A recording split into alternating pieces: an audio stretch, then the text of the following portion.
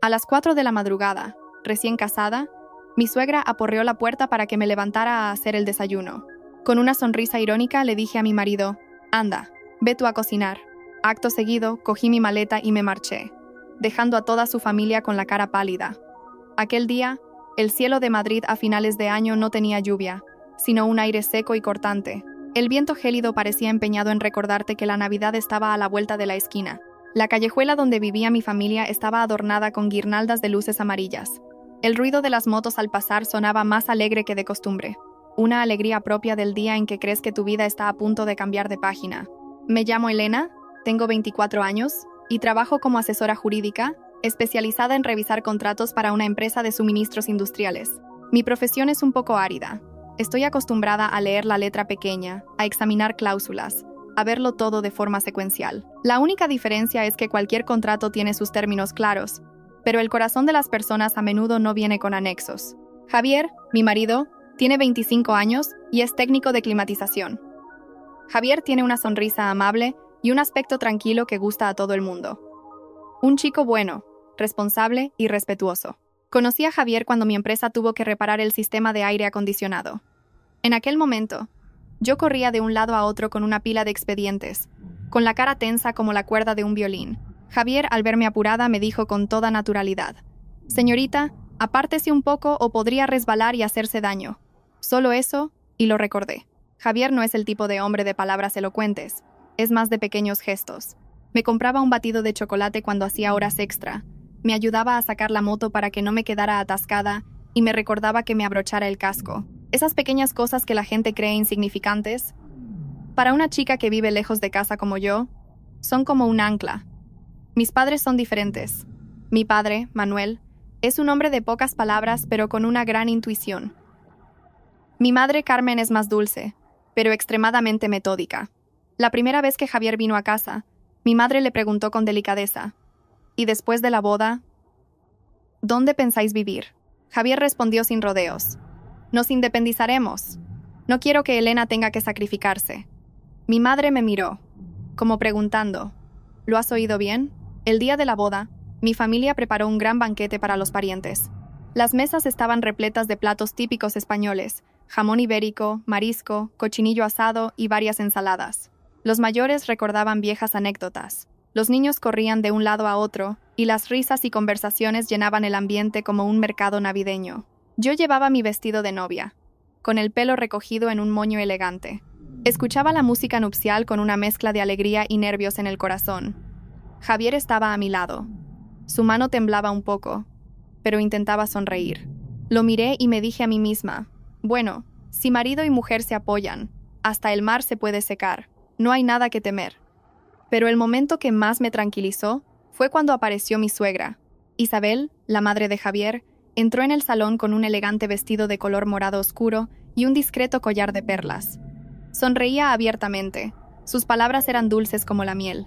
«Ay, Elena, qué cara de felicidad tienes. A partir de ahora, en mi casa te querré como a una hija». Dicho esto, cogió la mano de mi madre y la apretó con fuerza, como si se conocieran de toda la vida. Cualquiera que lo viera asentiría con la cabeza. «Qué suerte, una suegra comprensiva». Yo también asentí, porque ¿quién no quiere creer en la bondad, especialmente el día de su boda? Durante la ceremonia, en el momento de intercambiar los regalos, sentí que las manos se me quedaban frías.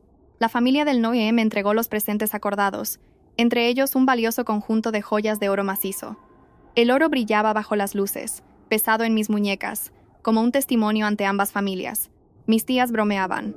«¡Qué suerte! Un buen yerno y encima una suegra que te quiere». Yo sonreía, pero el corazón me latía con fuerza. No me atrevía a considerarme afortunada, solo deseaba tener paz. Carlos, mi hermano mayor, me miraba desde lejos. No hablaba mucho, solo me guiñó un ojo. «Si necesitas algo, llámame». Sé que me quiere a su manera, la manera de los hombres. No consuela con palabras, simplemente te ofrece su espalda para que te apoyes. Sofía, mi mejor amiga, me agarró para hacernos una foto y me susurró, «Recuerda mantener la cabeza fría, abogada. En esta vida, hasta lo que está escrito en papel y tinta se puede discutir, imagínate lo demás». Le di un codazo suave, sonriendo para quitarle importancia, pero sus palabras se quedaron grabadas en mi mente. Cuando la fiesta terminó, Las dos familias se sentaron a hablar formalmente. Mis padres mencionaron la inscripción en el registro civil. Como la boda coincidía con las fiestas de Navidad, las oficinas administrativas estaban cerradas, así que ambas familias acordaron que haríamos los trámites unos días después. No vi nada extraño en ello. Pensé, ingenuamente, que ya estábamos casados, con fotos y el testimonio de la familia. Los papeles solo eran un trámite posterior. En ese momento, Javier dijo con firmeza delante de todos: prometo que, en cuanto nos casemos, nos independizaremos. Nos las arreglaremos solos. No permitiré que Elena sufra la vida de nuera en casa ajena. Isabel, su madre, sonrió y asintió efusivamente. Sí, si los chicos lo han decidido así, está bien, mientras sepan trabajar y salir adelante. Al oír eso, mi madre pareció soltar un peso de encima. Mi padre solo dijo una frase corta que nunca olvidaré. Vivir solos o acompañados no es tan importante como tener límites. Si hay límites, la convivencia dura. En aquel instante, creí sinceramente que todo estaba tan claro como una firma al pie de un contrato. Al atardecer, acompañé a Javier a casa de sus padres. La calle de su barrio era más ancha, un edificio de varios pisos con un portal de hierro negro. Al cruzar el umbral, sentí un vuelco en el corazón. Isabel iba delante y se giró para decir: «Ya hemos llegado a casa, hija. A partir de ahora, llámanos papá y mamá, para que suene más cercano». Asentí, diciéndome a mí misma: «Bueno, si tengo que ser nuera, que así sea, mientras me quieran». La habitación nupcial estaba preparada, con sábanas nuevas que olían a suavizante, de mi bolso. Todavía me dolían un poco las muñecas de llevar las joyas todo el día. Javier me miró con su sonrisa amable. «¿Estás cansada? Mañana duerme hasta tarde». Me reí. «¿Hasta tarde? Con dormir mis horas me conformo». Javier se rascó la cabeza. «Aquí mis padres son muy tranquilos, no te preocupes. Hay un dicho que dice que oír es fácil, pero ver para creer». Yo había creído con los oídos, sin haber tenido tiempo de creer con los ojos. La noche de bodas no tuve grandes sueños. Solo pensaba en la vida que me esperaba: trabajar, ahorrar, alquilar un piso pequeño, cocinar juntos, apañárnoslas solos. También pensé en que, cuando acabaran las fiestas, iríamos al registro civil y guardaría los papeles ordenadamente, como un hito formal. Me tumbé de lado, escuchando el tic-tac del reloj y la respiración acompasada de Javier, sintiendo una calma temporal. Antes de apagar la luz, le envié un mensaje a mi madre. «Ya he llegado. Duerme bien». Respondió al instante: «Vale. Si pasa algo, dímelo enseguida. No te lo guardes». Miré la pantalla y de repente sentí un nudo en la garganta. No supe si era por la emoción o por un presentimiento. Solo sé que en ese momento me tapé con la manta y me repetí una frase muy vieja pero muy cierta: «Quiere a quien quieras, pero nunca dejes que te consideren fácil». En el patio, el viento soplaba entre los árboles, haciendo susurrar las hojas. Cerré los ojos, deseando un sueño profundo después de un día tan largo, esperando que la mañana fuera tan plácida como las promesas de la tarde. Apenas había conseguido dormirme cuando me desperté sobresaltada por el ladrido lejano de un perro. El reloj de la pared brillaba tenuemente. Pasaba de la medianoche. Me di la vuelta y vi a Javier todavía dormido, con la boca ligeramente abierta, su rostro tan apacible como cuando lo conocí. Suspiré, tratando de calmarme. El día de la boda es agotador para cualquiera. Mañana sería otro día. A la mañana siguiente, me levanté a las 7. Para mí, las 7 ya era un gran esfuerzo, porque el día de la boda había sido una maratón desde el amanecer hasta la noche, y todavía sentía las piernas como si hubiera subido 10 pisos. Salí de la habitación en busca de un vaso de agua, y vi a Isabel ya sentada en la mesa del comedor, con el pelo recogido y una expresión extrañamente despierta. Me miró de arriba a abajo, sonriendo. «¿Ya te has levantado?» «Aquí nos levantamos pronto, es la costumbre de la casa». Asentí, intentando mantener un tono alegre. En ese momento, Javier salió bostezando. Isabel se volvió hacia su hijo, y su voz se suavizó por completo. «Javier, lávate la cara y ven a desayunar. Te he calentado la comida». Me quedé de pie entre esas dos frases, sintiéndome como una invitada y al mismo tiempo como una empleada, sin saber a qué grupo pertenecía. El desayuno no fue gran cosa, solo pan tostado con huevos fritos y un poco de aceite de oliva. Pero me fijé en cómo Isabel asignaba tareas con la mirada. No dijo: «Hija, ayúdame». Simplemente miró la sartén, luego el fregadero y después a mí. Esa mirada no necesitaba palabras. Alguien con poca seguridad en sí mismo se habría lanzado a hacer cosas para quedar bien. A mí no me importa trabajar. Lo que me molesta es la sensación de que se dé por sentado. Javier terminó de comer y se levantó para volver a la habitación. Isabel le dijo a sus espaldas: ¿Le has explicado a tu mujer que estos días aquí tiene que adaptarse a los horarios? Vivir juntos significa seguir unas normas comunes. Javier asintió y se giró hacia mí con una sonrisa de disculpa. No le hagas caso a mi madre, está acostumbrada a ser así. Asentí, pero en mi cabeza resonó una frase que uso a menudo en mi trabajo. La costumbre no es una justificación legal para invadir los límites de otra persona, pero no lo dije. Pensé que era mi primer día y que hablar demasiado me haría parecer una nuera respondona. Cerca del mediodía, llegaron parientes de la familia de mi marido de visita. Una vecina también se asomó a la puerta, sonriendo. ¿La nuera nueva? ¡Qué mona parece! Yo sonreía y saludaba, sintiéndome un poco incómoda, como si la casa de mis suegros fuera un escenario y yo el centro de atención. No me gusta que me examinen así. Todos se sentaron a tomar algo y hablar de la boda. Alguien preguntó: «Oye, ¿ya os habéis inscrito en el registro?» Javier sonrió. «Todavía no, tía. Es fiesta. En unos días vamos». Isabel intervino rápidamente. «Va. Son solo papeles. Lo importante es que ya se han casado, ya están en casa, y todo el mundo sabe que son marido y mujer». La frase parecía inofensiva, pero a mí me inquietó, porque significaba que, cumplido el rito, se adquirían derechos. Y yo todavía no entendía de quién eran esos derechos. Por la tarde, Isabel me enseñó la casa, en una especie de lección para nueras. Un piso grande, un salón amplio, la cocina impecable, todo en su sitio. Me fue señalando cada cosa. Los platos aquí, los trapos allá, la basura se recicla. El suelo se friega cada mañana. Soy muy maniática. No te ofendas. Sonreí. No, lo entiendo. Luego preguntó: «¿Cómo si tal cosa? Así que eres asesora jurídica?» «No. Estar todo el día con el ordenador debe de ser más cómodo que el trabajo físico». Escuché la palabra cómodo y me sentí incómoda. Mi trabajo no implica cargar peso, pero la presión es de otro tipo. Hay días que me paso horas con los ojos fijos en la pantalla porque un error en una cláusula puede costarle mucho a la empresa. Quise explicarlo, pero me callé, porque sé que a veces la gente no pregunta para entender, sino para encasillarte. Al anochecer, Javier me llevó al balcón a tomar el aire. El viento de Madrid no era helado, solo fresco. Miré hacia la calle, escuchando el ruido de los coches, y me sentí un poco más tranquila. Le pregunté en voz baja: «¿Te acuerdas de la promesa de que nos independizaríamos, verdad?» Javier me acarició la mano con voz firme. «Claro que me acuerdo, no te preocupes. Después de las fiestas me pongo a ello». Lo miré, buscando seguridad en sus ojos. Javier seguía siendo amable, tierno, pero a veces su ternura era como el agua, refrescante, pero también se escurría entre los dedos en cualquier momento. Esa noche llamé a mi madre. «¿Qué tal por ahí, hija?», preguntó.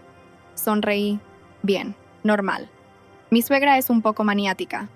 Mi madre guardó silencio unos segundos y luego dijo lentamente: «Bueno, si solo es maniática, se puede aguantar. Lo malo es cuando la gente es maniática con lo que no debe».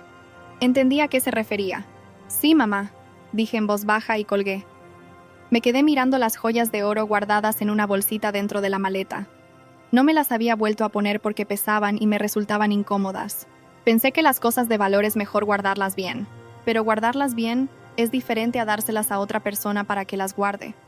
Me dije a mí misma que no debía preocuparme en exceso, pero luego me regañé. Si no te preocupas, cuando pase algo, ¿quién te va a ayudar? Más vale prevenir que curar. Abrí el móvil y revisé las fotos de la boda. No por desconfianza, sino porque mi profesión me ha enseñado una cosa muy directa. Para conservar lo que es tuyo, tienes que tener pruebas. Me giré y vi a Javier tumbado, mirando el móvil, sonriendo por algo que veía en la pantalla. Le pregunté: «¿Mañana hacemos algo?» Javier respondió: «Mañana es fiesta. Quédate en casa y duerme un poco más». «Vale», dije. Me tapé con la manta, intentando conciliar el sueño, pero tenía una extraña sensación, como si estuviera delante de una puerta cerrada, y detrás de esa puerta algo me estuviera esperando. No eran gritos, ni una pelea, sino una norma invisible, a punto de apretarse alrededor de mi cuello en cualquier momento. Y no tenía ni idea de que esa norma llamaría a mi puerta a una hora que nadie consideraría normal. Los golpes en la puerta no eran educados, sino un martilleo fuerte, rítmico y apremiante, como si de no abrir fueran a arrancarla de cuajo. Me incorporé de un salto, con el corazón desbocado. Fuera todavía estaba oscuro. En la habitación solo se filtraba la tenue luz del pasillo por debajo de la puerta. Alargué la mano, y cogí el móvil. Las 4:07. Solo un pensamiento cruzó mi mente. ¿Hay un incendio? Justo después, la voz de Isabel atravesó la puerta, aguda pero clara. ¡Levantaos, levantaos! ¡A la cocina! Vuestro padre se va a las 6 a jugar al ajedrez y tiene que desayunar antes. ¿La nuera nueva y durmiendo hasta estas horas? Me quedé sentada un segundo, inmóvil. No por miedo, sino por el shock. Ayer en la boda todo eran sonrisas y promesas de quererme como a una hija. Y apenas una noche después, me llamaban a filas como si pasaran lista en un cuartel. Me giré hacia Javier. Dormía de lado. Lo sacudí suavemente. «Javier, despierta. Es tu madre». Él murmuró algo. Se tapó más con la manta y dijo con voz somnolienta: «¿Qué pasa, cariño?». Los golpes en la puerta resonaron de nuevo, más fuertes, y la siguiente frase de Isabel fue lo que me heló la sangre. «Ah, y las joyas de la boda de ayer, dámelas para que las guarde yo. Sois unos críos, y con tanto despiste las vais a perder. En esta casa las guardo yo, que es más seguro». Apreté el móvil en mi mano, sintiendo como si me hubieran puesto una losa de piedra sobre el pecho. No soy una persona que se imagine cosas, pero tampoco soy ingenua. Pedir las joyas de la boda, con la excusa de guardarlas, a las 4 de la madrugada del primer día como nuera, eso ya no era una cuestión de seguridad, era una cuestión de poder. Me levanté y me acerqué a la puerta, pero no la abrí de par en par. La entreabrí apenas un palmo, no porque quisiera ponerme tensa, sino porque no quería que todo el pasillo me viera en pijama, despeinada, despertada a gritos como si fuera una sirvienta. Isabel estaba allí, con los ojos afilados y las manos en jarras. Su mirada no era la que se dirige a una nuera, sino a alguien a quien se va a doblegar. Tragué saliva, intentando mantener la compostura. «Mamá, estoy muy cansada. Son solo las 4, ¿podría dormir un poco más, por favor?». Ella esbozó una media sonrisa. «En casa de tu madre estabas acostumbrada a la buena vida. Aquí tienes que seguir las normas. Y las normas de esta casa son estas». Luego me señaló con el dedo. «Baja a la cocina y saca las joyas para que las guarde. Te lo digo para que lo sepas y no tener que repetírtelo». Escuché la palabra normas y sentí un escalofrío. Se suele decir que donde fueres, haz lo que vieres. Pero, ¿qué costumbre obliga a alguien a entregar sus bienes como si fueran las llaves de casa? Mantuve la voz tranquila, pero esta vez no retrocedí. «Mamá, ayudaré en la cocina, pero las joyas de la boda, por favor, déjame guardarlas a mí. Ya soy mayorcita y sé cuidar de mis cosas». El ambiente se congeló. Vi cómo las pupilas de Isabel se contraían, como si mi «guardarlas a mí» hubiera sido una bofetada. «¿Qué has dicho?». Bajó la voz, pero su tono era aún más intimidante. «Las joyas de la boda que entran en esta casa son de esta casa. ¿Qué hay de malo en que yo las guarde?». Sentí la garganta seca. Esa frase no era casual, era una declaración de intenciones. Me di la vuelta y entré en la habitación, sin seguir discutiendo en el pasillo. Hay conversaciones que, si las tienes en el umbral, es como ponerte tú misma en una mesa de operaciones para que te diseccionen. Me acerqué a la cama y sacudí a Javier con más fuerza. «Javier, despierta ya. Tu madre está exigiendo que le dé las joyas de la boda para guardarlas ella». Javier abrió los ojos y me miró unos segundos, como si no entendiera. No le di oportunidad de seguir adormilado. Le dije, despacio y claro: «Te lo digo en serio. Tu madre quiere las joyas. Ahora mismo». Javier se incorporó de un salto, con el pelo revuelto y cara de desconcierto. Lo levanté y lo llevé hasta la puerta. La abrí un poco más para que viera con sus propios ojos a su madre allí de pie, para que supiera que no me lo estaba inventando. Javier miró a su madre, con la voz todavía pastosa por el sueño. «Mamá, ¿por qué nos llamas a estas horas?». Isabel se giró bruscamente hacia su hijo, con un tono que era a la vez una regañina y una lección. «Estas son horas de levantarse a trabajar. ¿Traes una mujer a casa para que duerma como si esto fuera un hotel? Además, que yo guarde las joyas es lo normal. Una nuera nueva no sabe guardar las cosas de valor». Javier, nervioso, me miró a mí y luego a su madre. Y, como me temía, eligió el camino más fácil. «Bueno, que las guarde, mamá. Así estamos más seguros». «No es para tanto, Elena». Sentí como si alguien hubiera apagado la luz dentro de mí. No por la frase en sí, sino por el «no es para tanto» que dijo, como si fuera algo obvio, como si mi resistencia fuera un error. Miré a Javier. Mi voz seguía siendo baja, pero ahora era fría. «Dices que no es para tanto. Entonces, ¿esas joyas de quién son? ¿Nuestras o de tu madre?». Javier abrió la boca para decir algo, pero se calló. Miró a su madre como pidiendo instrucciones. Isabel intervino de inmediato, sin darle tiempo a pensar. Si son vuestras, pues las guardo yo para vosotros. No me las voy a quedar. No tengas miedo. En esta casa nadie le roba a nadie. No sonreí, pero por dentro me reí con una frase muy mundana. Si nadie roba, ¿por qué hay que arrebatar? Contuve mi respuesta. Sabía que discutir con alguien así era perder el tiempo. Simplemente establecí mis límites con una frase clara. Educada pero definitiva. Mamá, gracias, pero no se las voy a dar. Las joyas son un bien nuestro, de Javier y mío, y las guardaré yo. Cuando decidamos meterlas en un banco o en una caja fuerte, ya lo decidiremos nosotros. La cara de Isabel se puso roja. Dio un paso adelante, alzando la voz. Una nuera recién llegada y ya me hablas como una abogada. Aquí nadie necesita que le des lecciones. Escuché la palabra abogada con amargura. Soy asesora jurídica. Estoy acostumbrada a las cláusulas, es cierto. Pero no estaba usando la ley para intimidar a nadie. Solo estaba protegiendo lo mío. Dicen que más vale una vez colorado que ciento amarillo. Pero ceder en esto era ceder hasta perder el derecho a existir. Antonio, mi suegro, salió de su habitación, secándose la cara con una toalla, molesto por haber sido despertado. Nos miró a los tres y soltó una frase que fue como un sello. ¿Qué es todo este escándalo tan temprano? La nuera, que se ocupe de sus tareas, y las joyas, que las guarde su madre. En esta casa siempre ha sido así. Me giré hacia él y lo saludé con el debido respeto. Buenos días, papá. Con su permiso, quiero aclarar que no estoy discutiendo. Simplemente no voy a entregarlas. Antonio soltó un bufido, como si acabara de cometer un crimen atroz. Javier, en medio de todo, estaba pálido. Me cogió de la manga y susurró: Elena, déjalo ya. Deja que las guarde mi madre y así hay paz. Me solté de su mano, suavemente, pero con firmeza. Miré a Javier, ya sin llamarle con dulzura. Lo llamé por su nombre, como para restablecer una distancia. Javier, prometiste que nos independizaríamos. Prometiste que no tendría que vivir en una casa con normas que aplastan a la gente. Y ahora estás aquí, diciéndome que lo deje estar. ¿Qué significa eso? Javier se quedó sin palabras. Isabel saltó inmediatamente para bloquear a su hijo con la mirada y luego se dirigió a mí. Independizarse o no, eso ya se verá después de las fiestas. Unos recién casados y ya con tantas exigencias. ¿Es que quieres romper esta familia? Escuché la palabra romper y me dio la risa. No he tenido tiempo ni de construir un solo día. ¿Qué iba a romper? Me erguí, respiré hondo y dije mi última frase en esa conversación. No quiero romper nada ni tampoco montar un escándalo. Con su permiso voy a seguir durmiendo. Las joyas las guardo yo, y sobre lo de independizarnos ya hablaré con Javier cuando amanezca.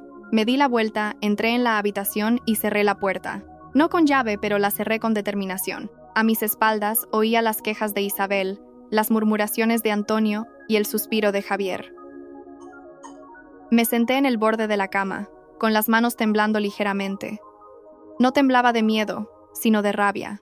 La rabia de quien acaba de darse cuenta de que ha entrado en un juego cuyas reglas no ha puesto ella. Javier se quedó de pie, mirándome, con una expresión que indicaba que por fin se había despertado del todo. Abrió la boca. «Te estás pasando, Elena». No lloré. Solo lo miré y dije lentamente: «No me estoy pasando. Estoy poniendo las cosas claras. Que esto se pase de la raya o no, depende de hasta dónde quieran apretar los demás». Dicho esto, me metí en la cama, pero no pude dormir. Fuera seguía oscuro. Dentro reinaba el silencio. Y en ese silencio, lo que más claramente escuché no fue el eco de los golpes en la puerta, sino el sonido de un límite que acababa de erigirse dentro de mí, seco y afilado como el borde de un cristal roto. Apenas se cerró la puerta de la habitación, me apoyé en ella un segundo, como para asegurarme de que seguía en pie. Tenía las manos heladas. No sabía si era por el frío de la noche o por esa sensación de sentirme acorralada, tratada como un objeto que acababan de traer a casa y que ahora debía ser entregado. Javier estaba a 2 pasos de mí. No se atrevía a sentarse en la cama. Me miraba con los ojos inquietos, la típica mirada de quien sabe que está equivocado pero no tiene el valor de ponerse del lado de lo correcto. «¿Qué te pasa, Elena?», empezó él, en voz baja. «Es el primer día. No te pongas así. Mi madre solo se preocupa». Escuché la palabra preocupa y solté una risa seca, sin sonido, solo un gesto con los labios. ¿Que se preocupa de qué, Javier?, le pregunté despacio, como si estuviera leyendo una cláusula. ¿De que pierda las joyas o de que las conserve yo? Javier frunció el ceño. ¿Qué cosas dices? Mi madre es una persona mayor. Las guarda ella para que estemos más tranquilos. Me acerqué a mi maleta y la abrí, no para sacar las joyas, sino para que Javier viera que estaban allí, bien guardadas, bajo mi control, no tiradas por ahí como él insinuaba. Cerré la maleta y me volví hacia él. ¿Me ves cara de niña de 3 años? Javier, nervioso, balbuceó. No, pero mi madre está acostumbrada a llevar las riendas de esta casa desde siempre. Lo interrumpí, manteniendo la calma. Toda casa tiene sus costumbres, pero desde ayer solo veo una cosa. Todo se rige por él, desde siempre, mientras que tus promesas se dejan para... Ya veremos. Javier se sobresaltó. Intentó hablar, pero no le dejé escaparse con un... No pienses tanto. Cogí una silla, me senté y le indiqué que se sentara frente a mí. Siéntate. Vamos a hablar claro. Prometiste que nos independizaríamos. Lo dijiste delante de las 2 familias. ¿Dónde está ahora esa promesa? Javier se rascó la cabeza, con la mirada fija en el suelo. Pues después de las fiestas hablaré con mis padres. Ya lo sabes. Al oír... Hablaré con mis padres. Una alarma sonó en mi cabeza. Le pregunté remarcando cada palabra. Entonces, ¿nuestras decisiones como pareja dependen de la aprobación de tus padres? Javier levantó la cabeza y negó rápidamente. No es aprobación, es que vivimos juntos. Hay que tener un poco de respeto. Me incliné hacia él, con voz monótona pero afilada. El respeto tiene límites. He venido aquí como tu mujer, no para ser una empleada bajo el mando de tu madre. Javier se calló. Su silencio me enfureció más que los gritos de su madre, porque a ella ya la había calado. Quería el poder, pero Javier quería la paz, a costa de que yo pagara el precio. Respiré hondo. Javier, te lo pregunto directamente. Cuando tu madre estaba en la puerta exigiendo las joyas y tú dijiste que las guarde mamá para estar más seguros, ¿entendías lo que significaba esa frase? Javier respondió en voz baja. Pues que las guarda ella, no pasa nada. Asentí, como si aceptara una sentencia. Pasa, y mucho. Significa que estás de acuerdo con que tu madre decida sobre el patrimonio de nuestro matrimonio. Significa que mis límites no te importan. Javier palideció. Hablas muy duro. Yo solo quería paz en casa. Lo miré, hablando aún más despacio. Quieres paz, pero esa paz implica que yo me calle, que entregue las joyas y que baje a la cocina a las 4 de la mañana, ¿verdad? Javier no respondió, solo suspiró. Ese suspiro fue como echar leña al fuego. En ese preciso instante, volvieron a llamar a la puerta. Ya no con la misma insistencia, pero lo suficiente para recordarme que no había escapado. La voz de Isabel se coló por la puerta. ¿Vais a quedaros ahí, escondidos hasta que amanezca? Javier se levantó de un salto, como si le hubieran tirado de un hilo. Lo detuve con la mano. Espera. Quédate aquí. Voy a hablar yo. Javier me miró, asustado. Elena, no. Abrí la puerta. Isabel estaba allí, con los brazos cruzados. Detrás, Antonio, con el ceño fruncido como si le hubiera arruinado su preciado sueño. Isabel me señaló. No era nueva. Te digo una cosa y no la escuchas. ¿Qué pretendes? ¿Darnos lecciones en nuestra propia casa? Yo, educadamente. No, mamá. No pretendo dar lecciones. Solo digo claramente que no entrego las joyas. Isabel soltó una risa despectiva. ¿No las entregas? ¿Y para qué las trajiste a esta casa? ¿Creías que aquí no sabemos hacer cuentas? Vi a Javier detrás de su madre, con la cabeza gacha. Supe que si no hablaba en el momento adecuado, me colgarían el cartel de nuera impertinente. Escogí mis palabras con el mismo cuidado con que escojo las cláusulas de un contrato.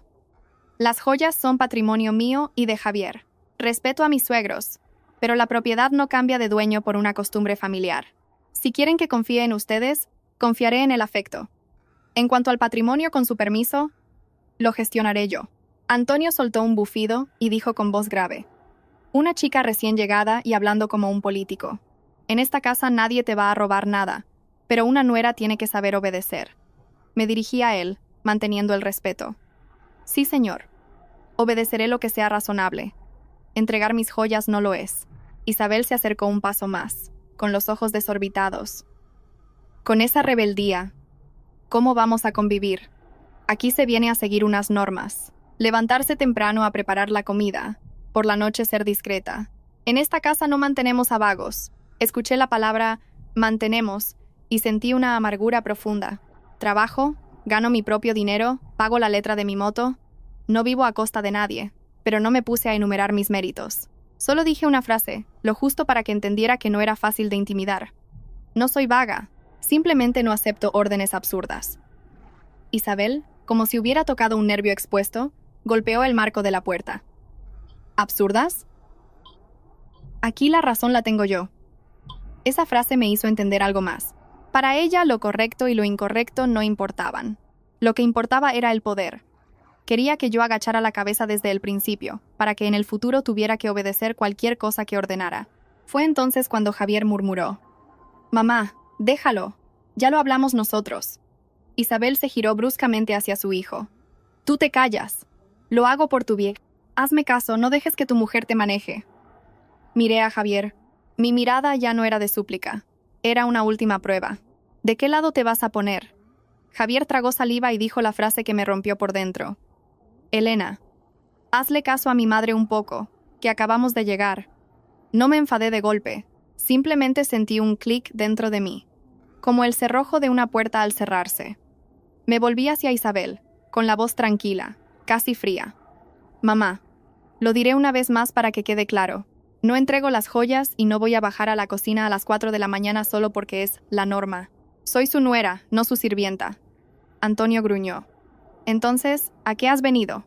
Javier se sobresaltó porque su padre había usado un tono despectivo. Yo también me sobresalté, no por miedo, sino porque acababa de ver la verdadera cara detrás de la máscara de «Te querré como a una hija», respondí, sin rebajarme. «He venido a ser la mujer de Javier. Si aquí me consideran de otra manera, con su permiso, no me quedo». Isabel se quedó boquiabierta. Javier palideció. «¿Qué dices, Elena? No digas eso». Miré a Javier lentamente. «Me pides que ceda, pero ceder de esta manera es permitir que me arrebaten mis límites. Si cedo hoy, mañana exigirán más. Hay un dicho: le das la mano y te coge el brazo. No quiero convertirme en esa persona». Hubo un silencio de varios segundos. Oía claramente el zumbido del ventilador de techo. Isabel, como si no creyera que me atrevía a decir que no me quedaba, recuperó la voz y cambió a un tono falsamente dulce. «Pero bueno, hija, lo digo porque me preocupo. Venga, dame las joyas. Las guardo en la caja fuerte, y cuando las necesites, te las doy». La miré. Vi claramente el cambio de tono, pero también vi que no lo hacía por afecto, sino para conseguir su objetivo. Negué con la cabeza. «No». Isabel volvió a endurecer la voz, afilada como un cuchillo. «¿No? Pues a partir de ahora, no te quejes». Vaya nuera. No la dejé terminar. Cerré la puerta, no para desafiarla, sino para detener el torbellino que intentaba arrastrarme. Javier entró en la habitación, aturdido. «Si haces eso, mi madre se va a enfadar mucho». Me senté en la cama y lo miré. «Javier, escúchame bien. No tengo miedo de que tu madre se enfade. Lo que más temo es vivir una vida en la que siempre tenga que tener miedo de que otros se enfaden para poder estar en paz». Javier se calló. Supe que esa conversación no iba a llegar a ninguna parte por el momento, pero también supe que había llegado a un punto de no retorno. Ya no podía sonreír y dejarlo pasar. Abrí el móvil y le envié un mensaje a Sofía. «Si pasa algo, guárdame las pruebas».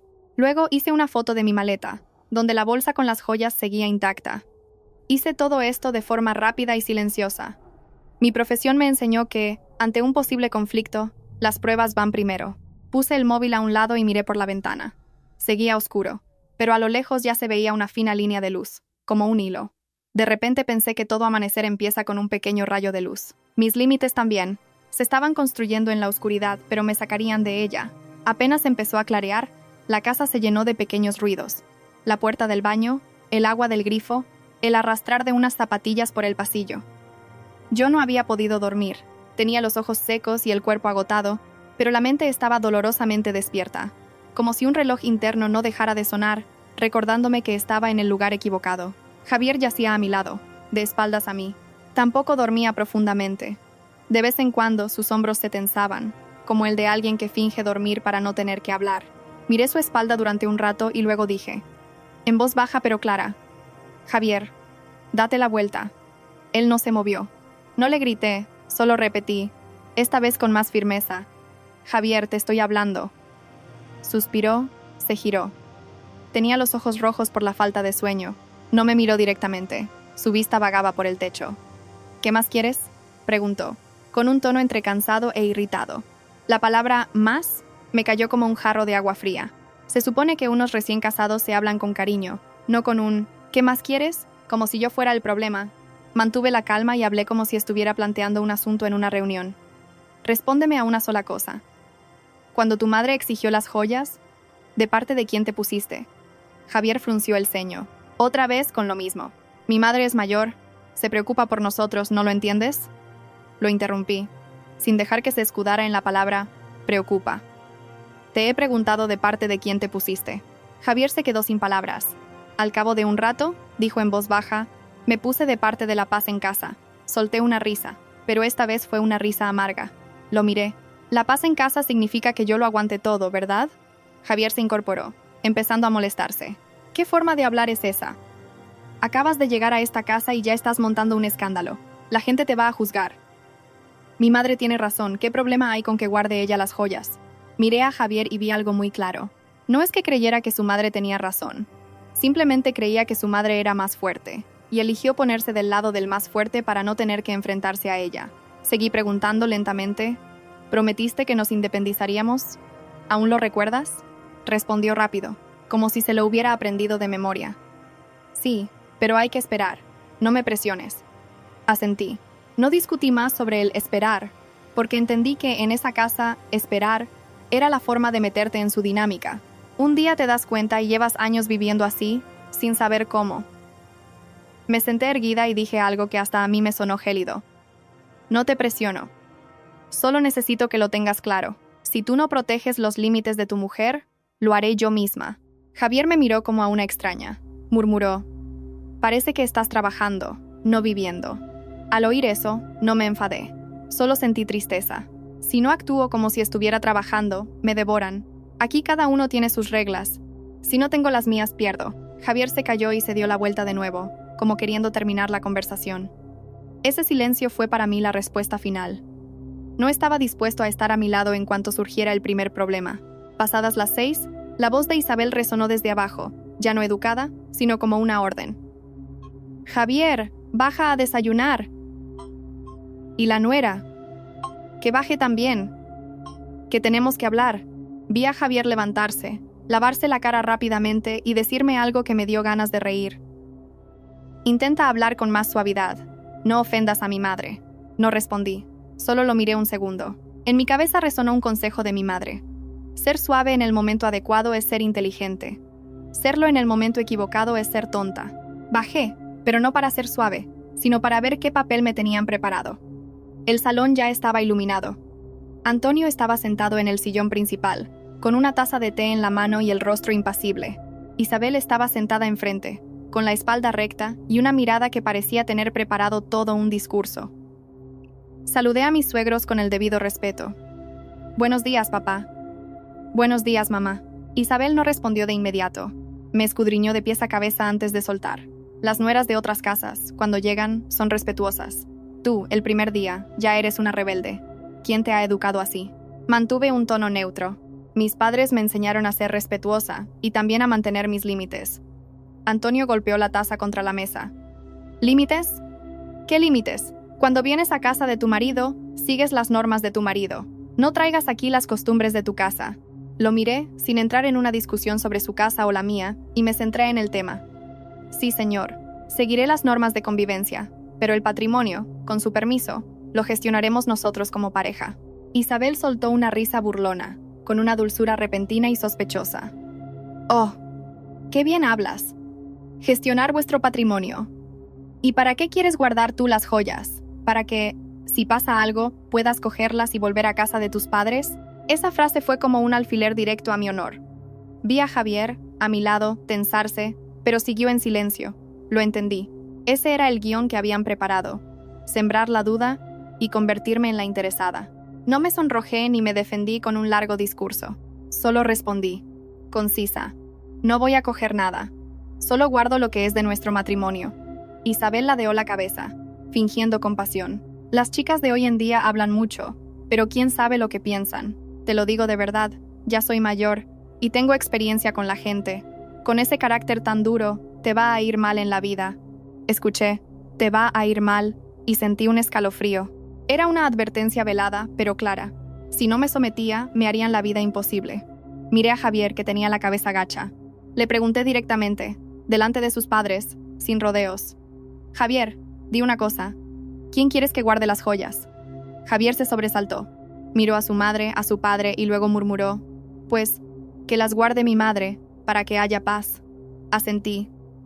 No para mostrar acuerdo, sino para registrar el hecho. En esta reunión familiar mi voz era la minoría. Me volví hacia Isabel, todavía con respeto, pero con firmeza. Mamá, ya lo he oído, pero sigo sin entregarlas. Puede que se enfade conmigo, pero no voy a entregar mi patrimonio por miedo a un enfado. Antonio alzó la voz. ¿Así es como le hablas a tus suegros? Respiré hondo. No respondí a ese tono, porque hacerlo era caer en su trampa. Solo dije, lenta y claramente, como si cerrara un acta: con su permiso, no voy a discutir. Mantengo mi decisión. Isabel se levantó de un salto, con la voz aguda. ¿Lo ves? ¿Con qué clase de nuera se ha casado mi hijo? Acaba de llegar y ya nos falta el respeto. Claro, con el oro en la mano, se le ha subido a la cabeza. La miré, con una calma que me sorprendió a mí misma. No contraataqué con palabras hirientes. Solo pensé en un refrán muy oportuno. La lengua de la gente es como un cuchillo. En cuanto habla, corta. Y entendí que estaban afilando ese cuchillo con mi honor. Me volví hacia Javier y le dije en voz baja, pero lo suficiente para que lo oyera: ¿has oído a tu madre? Si el día de mañana pasa algo, dirán que me llevé las joyas, y eso no lo voy a aceptar. Javier abrió la boca para decir algo, pero se calló. No esperé más. Me di la vuelta y subí directamente a mi habitación. Allí hice algo muy concreto.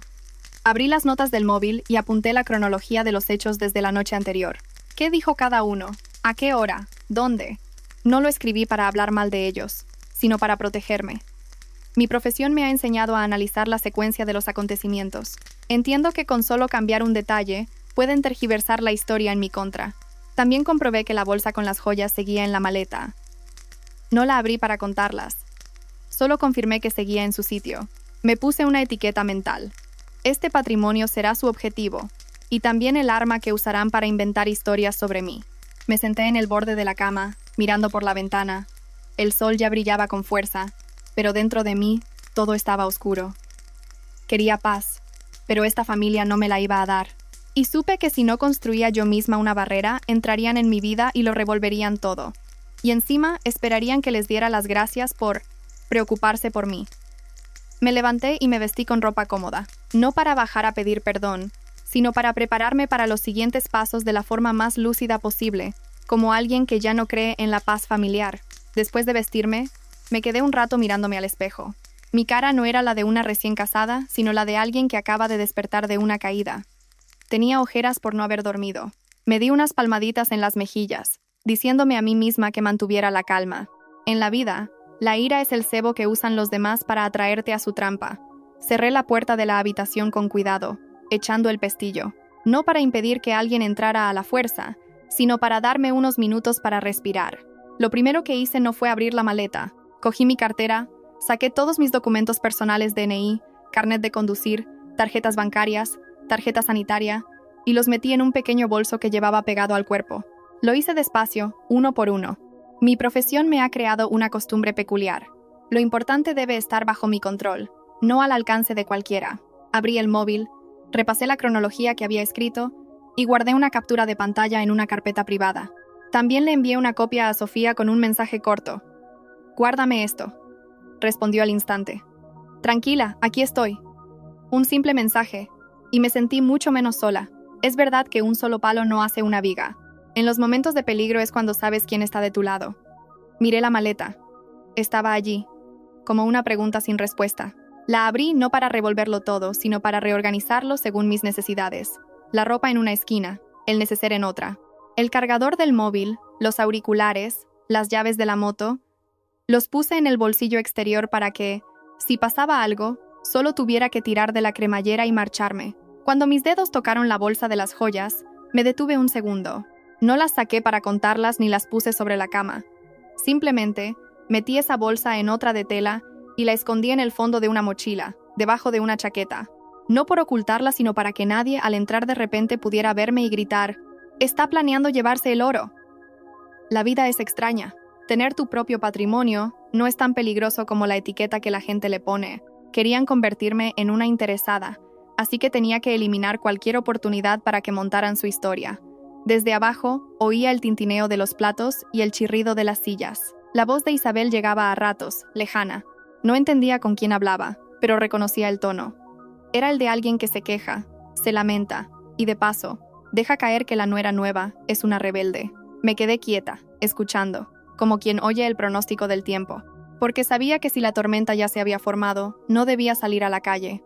El móvil vibró. Un mensaje de Javier. Baja a hablar con mi madre. Está muy enfadada. Lo leí y no respondí. Me quedé mirando el mensaje un rato y dejé el móvil. De repente entendí un tipo de enfado muy familiar. El enfado que no busca solucionar, sino forzar a la otra persona a ceder. Le respondí con una sola frase. Cuando estés dispuesto a decir claramente de quién son las joyas, bajaré. Javier no contestó.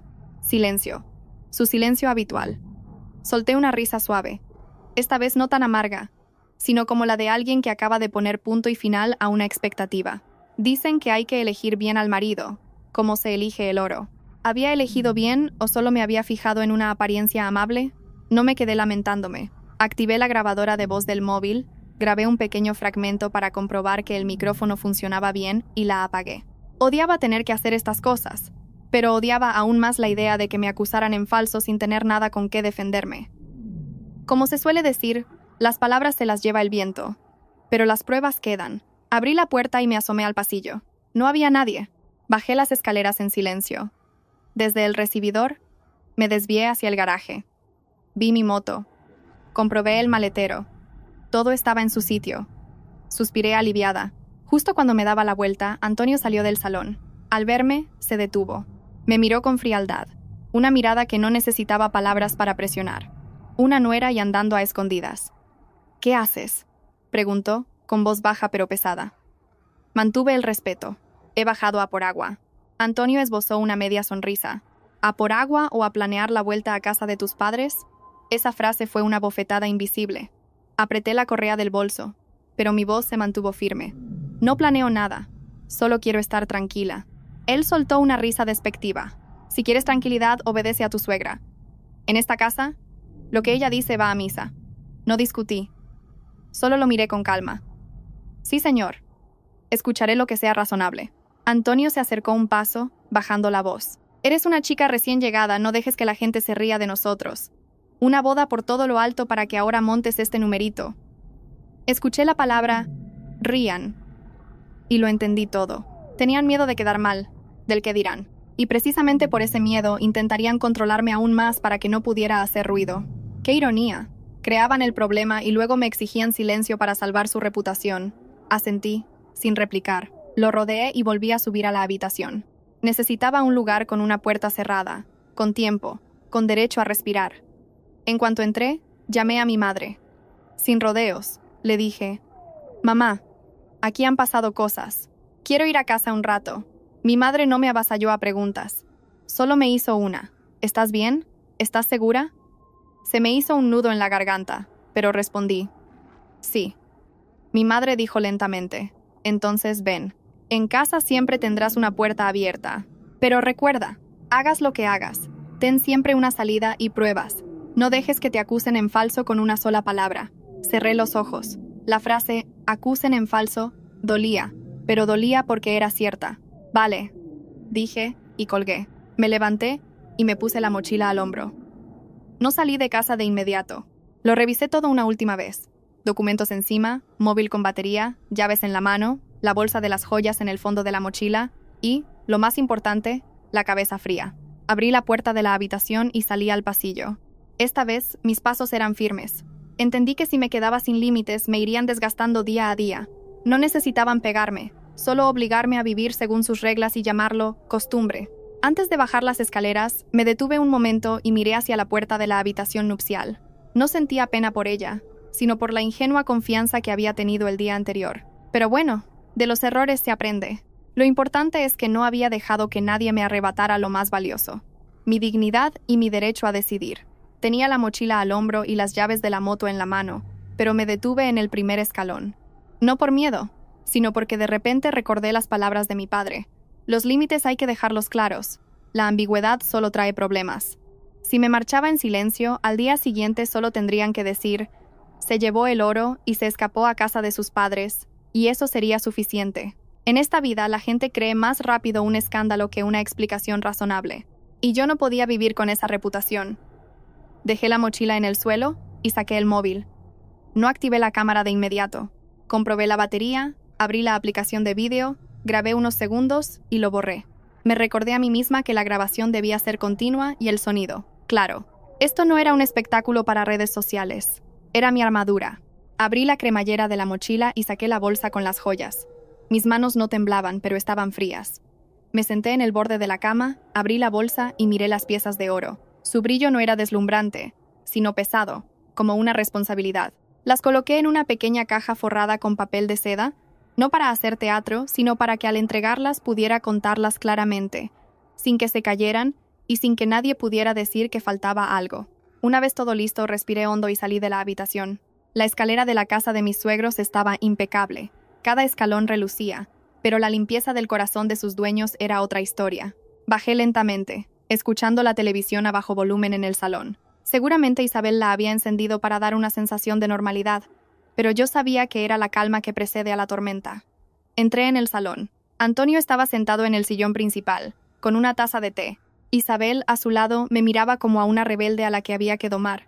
Javier estaba cerca de la puerta, pálido, frotándose las manos nerviosamente. Puse la caja con las joyas sobre la mesa, bien a la vista. Luego levanté el móvil a la altura del pecho y empecé a grabar. La pantalla mostraba claramente la escena, mi rostro y los suyos. Hablé despacio y claro, sin alzar la voz ni derramar una lágrima. Soy Elena. Hoy, delante de mis suegros y de Javier, quiero dejar claro que devuelvo la totalidad de las joyas de la boda, que la familia del novio me entregó ayer. Son varias pulseras y un collar de oro. Lo devuelvo todo. No me quedo con absolutamente nada. Isabel se sobresaltó al ver que estaba grabando. Intentó arrebatarme el móvil. ¿Qué demonios haces? Apaga eso. Retrocedí un paso, sujetando el móvil con firmeza. Sin perder la calma le dije: Mamá, grabo esto como prueba. Devuelvo las joyas de forma honrada, para que nadie pueda acusarme de nada. Antonio gruñó: Son asuntos de familia. ¿A qué viene grabar? ¿Quieres ridiculizarnos? Lo miré, con respeto. No quiero ridiculizar a nadie, solo protegerme. Lo devuelvo todo para que en el futuro nadie pueda decir que me llevé el oro. Al oír la frase «llevarme el oro», el rostro de Isabel se contrajo un instante, pero enseguida recuperó la compostura. Por Dios, ¿quién ha dicho que te lo has llevado? Te lo imaginas tú sola y te pones a grabar. ¿Qué clase de nuera eres? No discutí sobre quién lo había dicho. Abrí la caja y coloqué cada pieza de oro sobre la mesa, frente a la cámara. 1, 2, 3, 4, aquí está todo. Enfoqué cada pieza de cerca y luego hice un plano general. Lo hice de forma metódica, como si levantara un acta. Javier se acercó, con la voz temblorosa. Elena, esto es muy raro. ¿Qué va a pensar la gente? Me giré hacia él y lo miré fijamente. ¿Qué va a pensar la gente o qué va a pensar tu madre? ¿De quién temes perder el respeto, Javier? Se quedó sin palabras. No esperé su respuesta. Empujé suavemente la caja hacia Isabel. Aquí lo tienen. A partir de ahora, si quieren guardarlo, guárdenlo ustedes. Yo no tengo nada que ver. Isabel no lo cogió de inmediato. Miró las joyas, luego a mí, con una mezcla de codicia y rabia. Dijo, casi siseando: ¿Lo devuelves para qué? ¿Para echárnoslo en cara? ¿Para que todo el mundo vea que eres la víctima? Asentí levemente y dije la verdad. Lo devuelvo para poner punto y final. No quiero vivir en una casa donde me despiertan a las 4 de la mañana para exigirme que entregue mis joyas en la puerta de mi habitación. No puedo aceptar eso. Javier se estremeció y miró de reojo a su madre. Isabel lo negó al instante. Yo no te he exigido nada. Te dije de guardártelo. Mantuve mi tono uniforme. Usted lo llama guardar. Pero yo oí claramente la frase: las joyas que entran en esta casa son de esta casa. También oí: aquí la razón la tengo yo. No puedo considerar eso como un favor. Antonio golpeó la mesa. La taza de té se tambaleó. Una chica recién llegada y ya es una impertinente. ¿Qué te crees que es esta casa? Sentí un nudo en la garganta, pero no respondí a su tono despectivo. Solo dije una última frase, como un sello final. Con su permiso, no soy impertinente. Solo digo la verdad y devuelvo lo que me dieron. De repente Isabel cambió de tono, volviéndose compasiva. Venga, hija, no hagas esto. Después de una boda tan bonita, si te vas a casa de tus padres, ¿qué van a decir de Javier? ¿No piensas en tu marido? La miré. Vi claramente su estrategia. Usar el amor por el marido como una soga para atarme. Respondí de forma concisa. Pienso en Javier, pero Javier también tiene que pensar en mí. Si en una pareja solo uno tiene que ceder, eso no es amor. Javier se acercó e intentó cogerme la mano. La retiré, suavemente, pero con firmeza. Seguía grabando. No para humillar a nadie, sino para que nadie pudiera manipular mi historia. Saqué del bolsillo una pequeña nota que había escrito a toda prisa. Recibidas las joyas de la boda, devueltas por Elena en su totalidad. La puse sobre la mesa. Por favor, ¿podrían firmar este recibí? Quiero dejarlo todo claro. Isabel abrió los ojos como platos. ¿Firmar? ¿Qué te crees que es esto? ¿Una comisaría? Asentí. Soy asesora jurídica. Estoy acostumbrada a la claridad. Dicen que las palabras se las lleva el viento, pero al menos el papel deja una constancia. Se lo ruego. Antonio soltó un bufido y se dio la vuelta. Javier, atrapado en medio, no sabía qué hacer. No los obligué a firmar. Solo enfoqué el papel con la cámara y dije claramente: si no quieren firmar, no pasa nada. He grabado todo. Devuelvo las joyas, íntegras. No me llevo absolutamente nada. Dicho esto, cerré la caja, la dejé justo delante de Isabel y retrocedí un paso. Apagué la cámara, pero no borré el vídeo. Lo guardé de inmediato y envié una copia a Sofía en cuestión de segundos, como quien cierra con llave antes de salir de casa. Fue entonces cuando Isabel se abalanzó sobre la caja y la abrazó como si fuera un tesoro, mientras me maldecía. «Eres buena, sí. ¿Te crees que por grabar has ganado? Vete a casa de tus padres y ya veremos». La miré sin miedo. Solo sentí lástima por aquella boca que el día anterior decía que me querría como a una hija. Hay un dicho que reza: en la boca, palabras de santo; en el corazón, un puñal. No quería creerlo, pero ese día lo vi. Javier me siguió hasta la puerta. «Elena, cálmate. Vete donde quieras, pero no hagas un escándalo». Me di la vuelta y lo miré a los ojos, con voz baja pero pesada. «Javier, que esto sea un escándalo o no, no depende de mi boca. Depende de si un marido se atreve a defender a su mujer». Abrí la puerta y salí. El sol de la mañana se reflejaba en el asfalto. Respiré hondo, como si acabara de salir de una habitación sin oxígeno. Sabía que desde el momento en que había puesto las joyas sobre la mesa y lo había grabado todo, ya no había vuelta atrás. Ya no podía ceder para mantener la paz. Me subí a la moto y arranqué. Por el retrovisor vi cómo la puerta de la casa de mis suegros se hacía pequeña. No lloré, solo sentí el corazón más ligero, porque al menos había salvado algo importante. La verdad estaba en mis manos, no en la boca de otros. Cuando llevaba un rato conduciendo, me di cuenta de que estaba apretando tanto el manillar que se me habían dormido los dedos. El viento de la mañana me daba en la cara, fresco pero cortante. El escozor no era por el viento, sino por haber salido de un lugar que una vez pensé que llamaría hogar. Aparqué la moto a un lado, saqué el móvil y volví a ver el vídeo que acababa de grabar. No por placer, sino para asegurarme de que todo estaba guardado. Imagen, sonido, rostros, el momento exacto. Mi trabajo me ha acostumbrado a fijarme en los detalles. Un solo corte en el audio y podrían acusarme de manipulación. Lo vi una vez. Bloqueé el archivo y envié otra copia a mi correo personal. Una manía profesional que en ese momento era mi escudo. El teléfono no paraba de sonar. Javier llamaba. No contesté. Isabel llamaba. Menos aún. Sabía que cuando la gente está enfadada, cualquier palabra se convierte en munición para ellos. No iba a ser tan ingenua. Llegué a casa de mis padres cerca de las 10 de la mañana. En cuanto abrí la puerta, mi madre ya estaba en el umbral. No preguntó por qué volvía. Solo me miró a la cara, me hizo entrar y dijo en voz baja pero firme: «Entra primero. Bebe un poco de agua». Mi padre estaba sentado en el salón, con el periódico sobre las rodillas pero sin leer.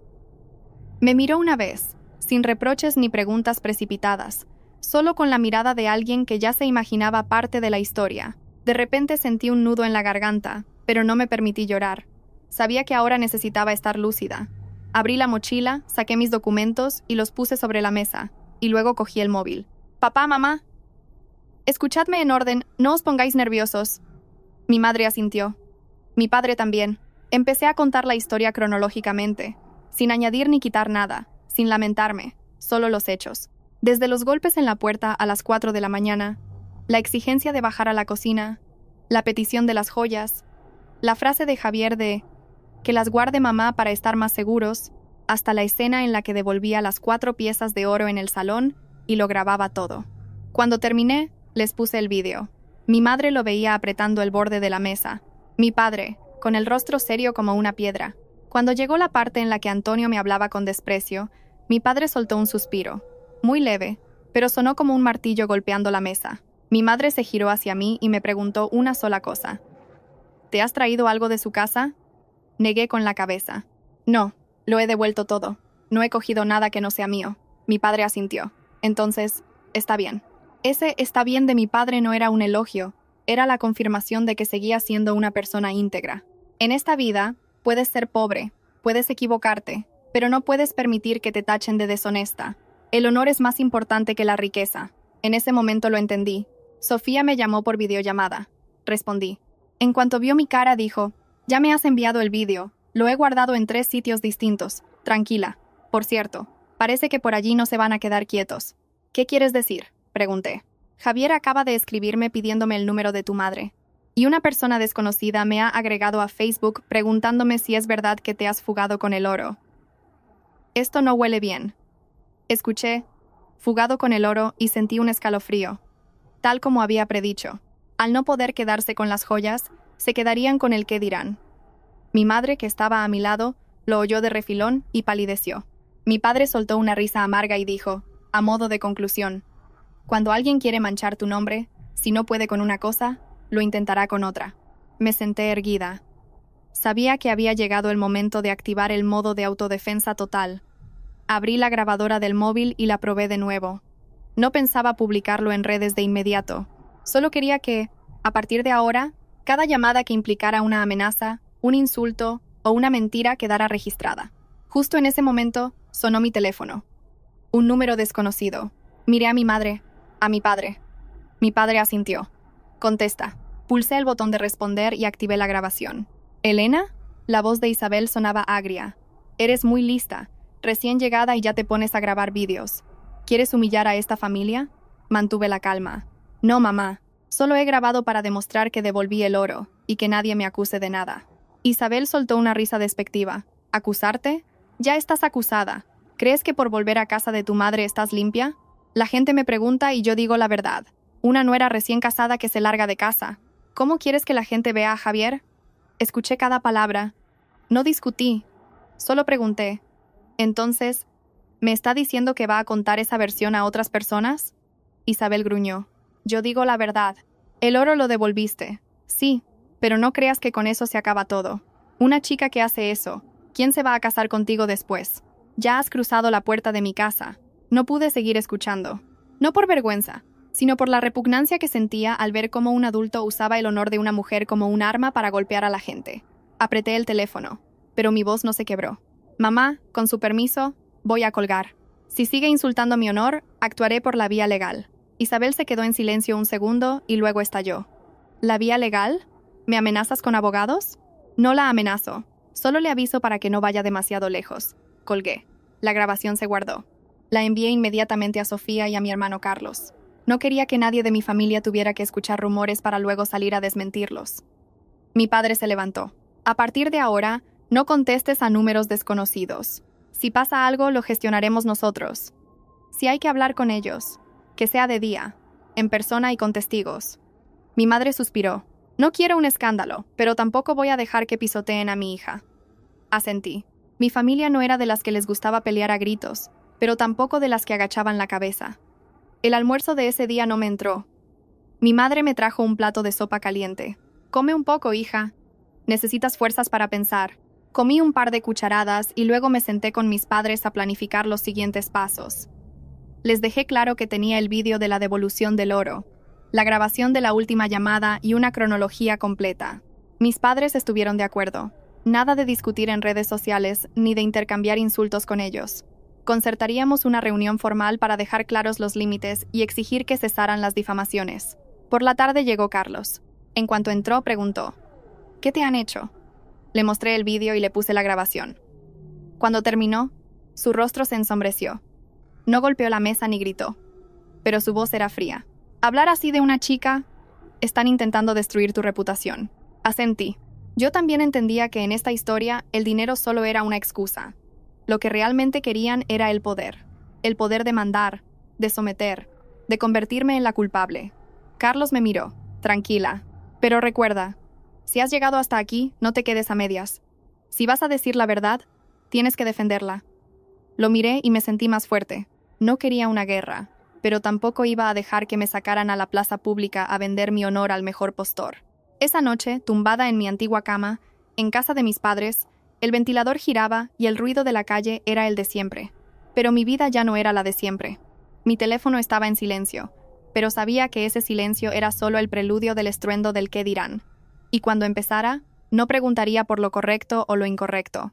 Solo preguntaría, oye, ¿es verdad que la hija de los Manuel se fugó con el oro de la boda? Cerré los ojos y me dije a mí misma, de acuerdo, que hablen. Pero hablar tendrá un precio. A la mañana siguiente, mi padre llamó directamente a Javier. Sin rodeos, concertó una reunión a las 10 en nuestra casa. Dejó claro que era para aclarar las cosas, no para discutir. Javier balbuceó y al poco rato envió un mensaje. Iré con mis padres. No sentía nervios de miedo, sino de escuchar más insultos. Carlos me advirtió, tú siéntate al lado de mamá y no discutas, deja que hablen los mayores. Si se pasan de la raya, ya intervengo yo. Creen que nuestra hermana no tiene a nadie que la defienda. Preparé el móvil con la batería cargada y la grabadora lista. No quería hacerlo a escondidas, pero tampoco quería que después de la reunión contaran una versión diferente. A las 10 en punto, un coche se detuvo frente a la puerta. Miré por la ventana y vi a Antonio bajar primero, con cara de pocos amigos. Isabel lo siguió, vestida de manera impecable, pero con una mirada que no ocultaba su rencor. Javier iba a su lado, mirando a todas partes como si temiera que los vecinos lo vieran. Mi padre abrió la puerta y los invitó a pasar. Mi madre sirvió agua. Yo saludé. Buenos días, papá. Mamá. Los llamé así porque formalmente lo habían sido. Pero mi voz ya no era dulce. Era la de alguien que marca distancias. Isabel me lanzó una mirada y luego se dirigió a mi madre con una sonrisa forzada. Disculpa, consuegra. Los jóvenes son impulsivos. Mi madre respondió con una sonrisa leve. ¿Impulsivos o no? Sentémonos a aclararlo. Antonio no tocó el agua. Se reclinó en el sillón y preguntó directamente. ¿Para qué nos habéis llamado? La boda ya ha pasado.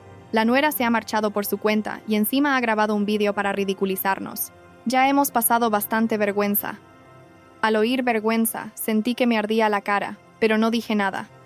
Miré a mi padre. Él dejó su taza y dijo lentamente, «Dice usted que han pasado vergüenza. ¿Podría decirme cuál es esa vergüenza? ¿Que mi hija devolviera las joyas y se marchara tras ser presionada para entregarlas de madrugada? ¿O la vergüenza es que su familia no actuara correctamente?» Isabel intervino al instante, alzando la voz. Nadie la presionó. Solo le dije de guardárselas. Es una rebelde, se lo imaginó todo y montó un escándalo. Mi padre asintió levemente y continuó. Si solo era guardarlas, ¿por qué dijo usted que las joyas que entran en esta casa son de esta casa? Isabel se quedó sin palabras un momento y luego se defendió. Lo dije para enseñarle las normas. Una nuera tiene que saber cuál es su sitio. Mi madre puso la mano sobre la mesa, con voz suave pero firme. Las normas no se enseñan exigiendo el oro a las 4 de la mañana. Cualquiera que oiga eso entiende lo que significa. Antonio soltó una risa despectiva. En mi casa, levantarse a las 4 es normal. ¿Una nuera que duerme como si estuviera en un hotel? Por favor. Además, las joyas las regaló la familia del novio, así que la familia del novio las guarda. ¿Qué hay de malo en eso? Mi padre lo miró fijamente. Dice usted que las joyas son de la familia del novio. Pero cuando las entregaron, ¿a quién se las dieron? Se las dieron a mi hija, delante de las dos familias. Por tanto, son patrimonio de la pareja. Guardarlas o no es decisión suya, no de los padres. Javier, que había estado en silencio, tosió al oír a mi padre mencionar la decisión de la pareja, como si quisiera hablar, pero miró a su madre y volvió a callar. Isabel se cruzó de brazos, con aire moralista. Usted no entiende lo que es ser nuera. Una hija se casa y sigue a su marido, a la familia de su marido. La casa tiene unas reglas. Ella se rebeló desde el primer día. Mi madre respondió de inmediato, sin alzar la voz. Mi hija se ha casado para ser una esposa, no una sirvienta. Las reglas se basan en el respeto mutuo. Si usted quiere que la respeten, tiene que respetar a los demás. Isabel se rió con desdén. ¿Respeto? ¿Usted llama respeto a grabar ese vídeo? Lo hizo para humillarme. Fue entonces cuando hablé. No dije mucho, solo lo esencial. Mamá, grabé el vídeo porque tenía miedo de que me acusaran falsamente. Devolví las joyas. No me quedé con nada. Lo grabé para que nadie pudiera decir que me llevé el oro. Antonio gritó. En esta casa nadie ha dicho que te llevaras el oro. Lo miré con calma. No me atrevo a decir quién, pero ya he oído insinuaciones. Solo me estaba previniendo. Carlos, que había estado callado hasta entonces, carraspeó y miró a Isabel con frialdad. Señora, hable con más cuidado. En mi casa no inventamos nada. De cada palabra que ha dicho, tenemos constancia. Isabel se quedó helada y se volvió hacia Javier buscando apoyo. ¿Lo ves, hijo? Tu familia política nos está faltando el respeto. Javier balbuceó. Mamá, por favor. Mi padre lo detuvo. Basta. No los he invitado aquí para que se hagan las víctimas. Les pregunto directamente. ¿Están dispuestos a dejar de presionar a mi hija? ¿A dejar de insultar su honor? ¿Y a respetar las decisiones de la pareja? Isabel respondió de inmediato. Yo no la he insultado. Es ella la que se ofende por todo. Mi madre la miró fijamente. ¿No dijo usted la frase, una chica así, a ver quién se casa con ella después? Isabel guardó silencio. Antonio desvió la mirada.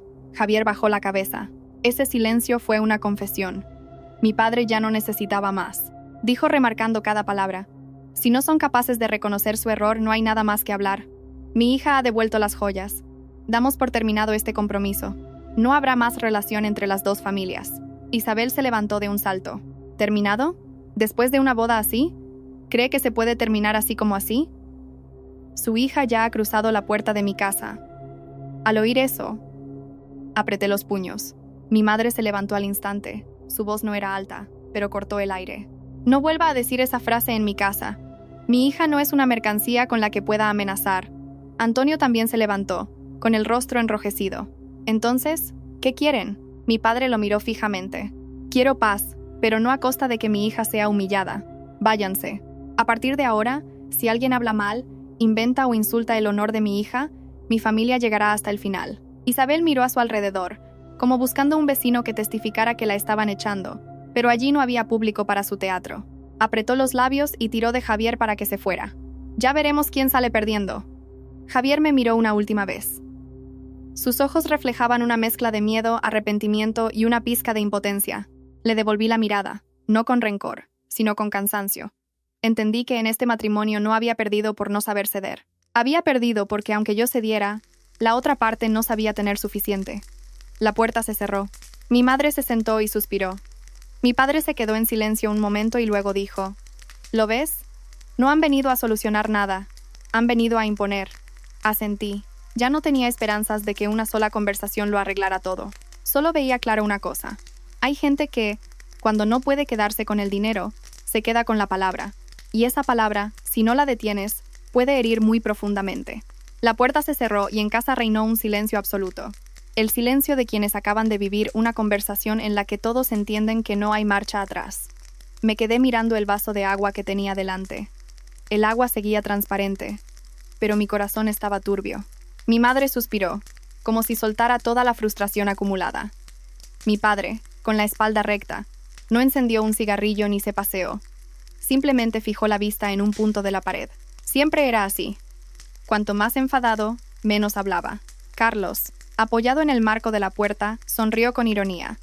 ¿Pretendían venir aquí a dictar sus leyes? No tienen ninguna posibilidad. No dije nada. Solo sentía el zumbido en los oídos por la última frase de Isabel. Ya has cruzado la puerta de mi casa. Ay, Tier. Esa frase era sucia, no por las palabras, sino por la intención. Quería asfixiar a una mujer con el peso del qué dirán. Usan la reputación para atarte y luego lo llaman moralidad. Mi madre me miró, con la voz mucho más suave. ¿Te arrepientes, hija? Lo pensé un segundo. ¿Arrepentirme? Sí. Me arrepentía de haber confiado en la persona equivocada.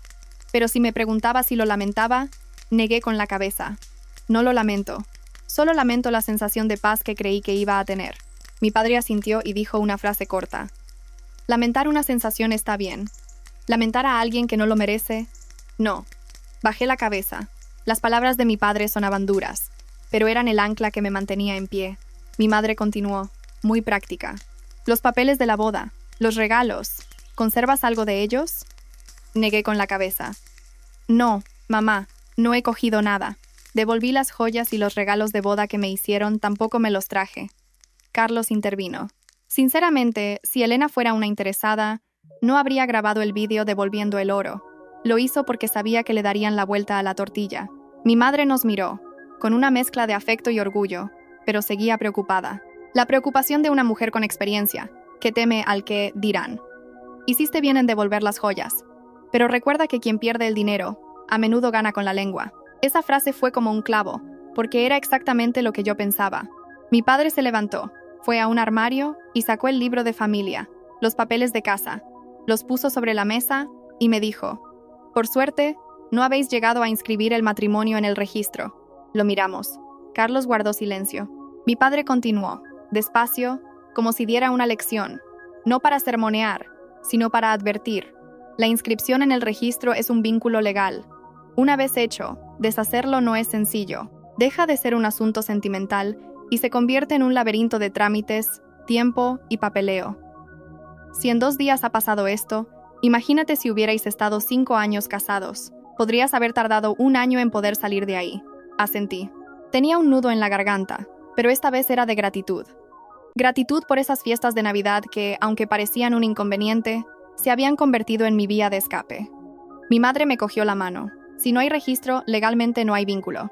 Hubo boda, sí, pero aún tenemos una salida para ti. Miré su mano, con sus pequeños callos del trabajo y las preocupaciones. De repente, me sentí como una niña, pero también afortunada, porque mi familia no me abandonaba a mi suerte con un «tienes que aguantar». Mi padre concluyó: «A partir de ahora no hay más contacto. Tú céntrate en tu trabajo. Este asunto lo resolveremos de forma civilizada, pero si alguien toca tu honor, esta familia no se quedará de brazos cruzados». Asentí. Sonaba simple, pero sentí como si me hubiera quitado una losa de encima. Cuando creía que todo había terminado, mi teléfono vibró. Un mensaje de Javier. «Elena, por favor, no hagas esto». Mis padres solo estaban enfadados. «Vuelve a casa». Miré el mensaje y solté una pequeña risa. ¿Solo enfadados? ¿Enfadados hasta el punto de exigir el oro a las 4 de la mañana? ¿Enfadados hasta el punto de insultar mi honor? No respondí. Javier llamó. Sí, no contesté. Tenía miedo de que, si lo hacía, usara de nuevo su tono suave para arrastrarme al círculo vicioso de «cede por mí». Y ya no quería ceder. En menos de 10 minutos, Javier volvió a llamar, una y otra vez, como si temiera que yo desapareciera de su vida. No por amor, sino porque si yo desaparecía, él se quedaría con la reputación de un hombre cuyo matrimonio se había roto antes de empezar. Y esa reputación, para un hombre como Javier, a veces es más temible que el dolor de su esposa.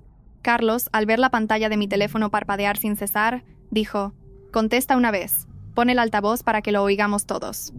Dudé un segundo y asentí. Respondí. Puse el altavoz y activé la grabadora. No para hacerle daño, sino para protegerme.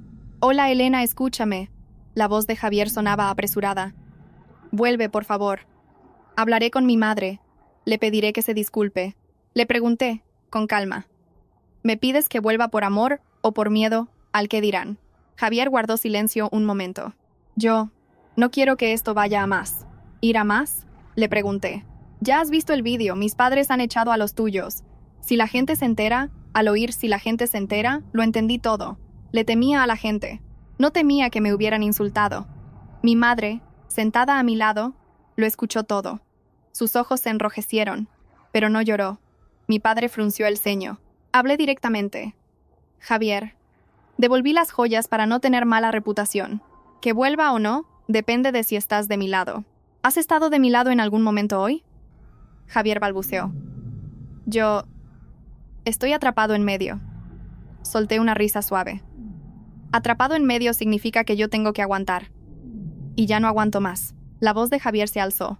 «Si haces esto, me dejas en ridículo». Mi padre, al oír eso, levantó la vista al techo y dijo, con una voz lo suficientemente fría para que Javier la oyera por el altavoz: «El ridículo lo hace quien comete un error, no quien hace lo correcto». Javier se quedó mudo. Carlos intervino, con voz firme. «Javier, no llames más. Si tienes algo que decir, que sea a través de los mayores. Si vuelves a molestarla, no te lo repetiré». Javier tartamudeó. «Carlos, yo solo». Colgué. No alargué más la conversación. Me quedé sentada, sintiendo algo extraño, una mezcla de ligereza y dolor. Ligereza por haberme librado de esa presión, dolor por darme cuenta de que la persona en la que confiaba para que me protegiera, en realidad, solo sabía proteger su propia imagen. Mi madre me puso la mano en el hombro y susurró: «¿Lo ves? Un hombre que quiere a su mujer teme que su mujer sufra, no que la gente se ría de él». Asentí. No lloré. Solo sentí que había madurado un poco, de una manera que nadie desearía. Por la noche, abrí mi agenda de trabajo y marqué el día siguiente como un día normal. Me dije a mí misma que mi vida tenía que volver a su cauce. En cuanto a la familia de mi marido, si ellos paraban, yo también lo haría. Pero si no lo hacían, les demostraría que una asesora jurídica no solo sabe aguantar, también sabe llegar hasta el final cuando su honor es pisoteado. Y como dijo mi madre, solo hizo falta una noche para que el qué dirán empezara a moverse. Aún no había ninguna publicación, pero podía olerlo. El olor de una batalla que no necesita espadas, solo palabras. Me levanté y abrí la ventana. El viento entró, fresco. Miré hacia afuera y me dije una frase muy mundana. Quien siembra vientos, recoge tempestades. Y yo no iba a dejar que su tempestad me arrastrara. Había pasado toda la noche decidiendo si hacerlo público o no. Para ser sincera, no me gusta airear mi vida privada en Internet. Odio la sensación de que mi intimidad sea despiezada como el pescado en el mercado. Pero odio aún más que otros usen mi vida privada como carnaza para el que dirán. Mi madre me aconsejó, piénsalo bien, no actúes por rabia. Mi padre dijo, si lo haces, hazlo bien, sin añadir ni quitar nada. Carlos añadió, publica la verdad y cierra la puerta. No entres en discusiones. Escuché y seguí sus 3 consejos al pie de la letra.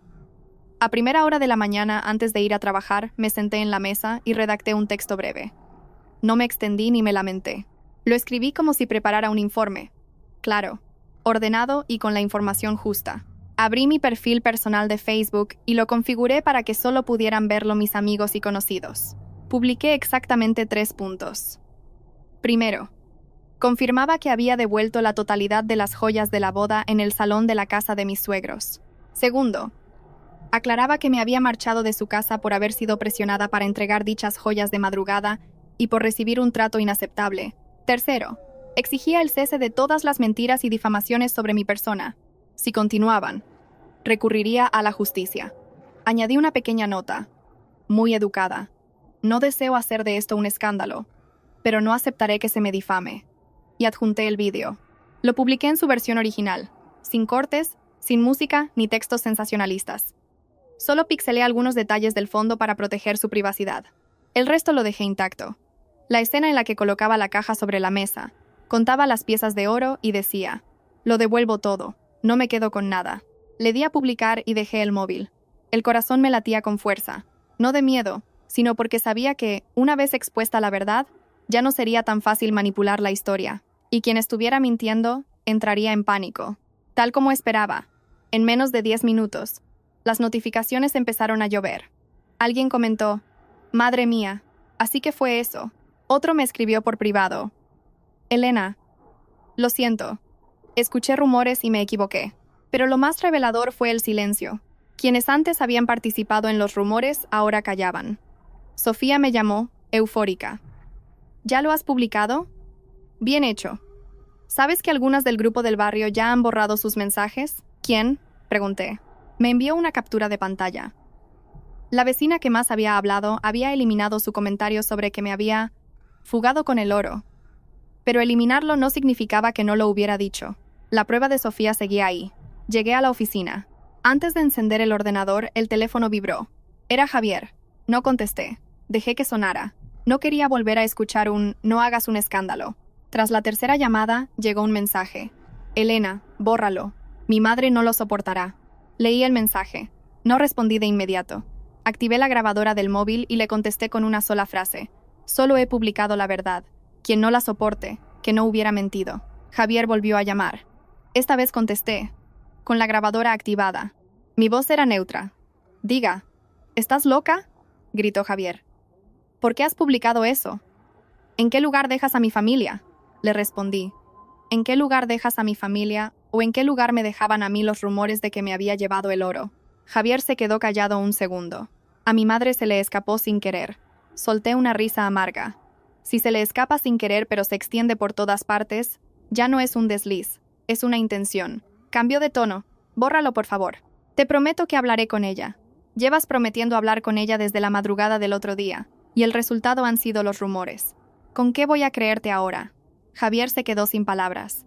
Oí su respiración agitada y luego preguntó en voz baja. «¿Qué quieres?». Respondí de forma concisa. Quiero que paren y que pidan perdón.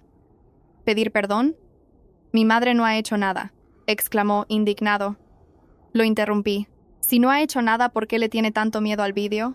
Y colgué. Entendí que discutir con alguien que solo teme perder su reputación es inútil. Al mediodía, recibí otra llamada de un número desconocido. La voz era de un hombre mayor. Sonaba a conocido de la familia. ¿Elena? Soy un amigo de la familia. Escucha, hija. Retira la publicación. La gente está hablando mucho. Le estás haciendo mucho daño a Javier. ¿Quién es usted, disculpe? Soy un adulto. Retíralo y hablad las cosas en casa. Los problemas se solucionan en familia. Lo entendí al instante. Querían llevarme de vuelta a su terreno, donde tenían la ventaja, para presionarme a callar. Respondí con claridad. No lo voy a retirar. Solo he publicado la verdad para detener las difamaciones. Si hay que hablar, será con mis padres presentes y siguiendo un procedimiento formal. El hombre se molestó. ¿Una chica tan testaruda? ¿En el futuro? Lo corté en seco. Señor, no me amenace con el futuro. No vendo mi honor a cambio de tranquilidad. Colgué, guardé la grabación y se la envié a Carlos. Por empezaron a llegar mensajes de disculpa de gente inesperada. Una pariente lejana de Javier me escribió: Elena, lo siento. Escuché a Isabel y me lo creí. Una antigua amiga me dijo: confío en ti. Vaya con el que dirán. Incluso una de las mujeres del grupo del barrio me escribió: lo siento, me dejé llevar y comenté sin saber. Ya lo he borrado. Leía los mensajes sin alegría. Solo sentía cansancio, porque una disculpa no borraba la sensación de haber sido el juguete de todo el mundo. Cuando volví a casa por la noche, mi padre estaba sentado mirando mi publicación en su móvil. No usa mucho las redes sociales, pero ese día lo había examinado todo. Has hecho lo correcto. No has insultado a nadie. Solo has presentado las pruebas. Mi madre seguía preocupada.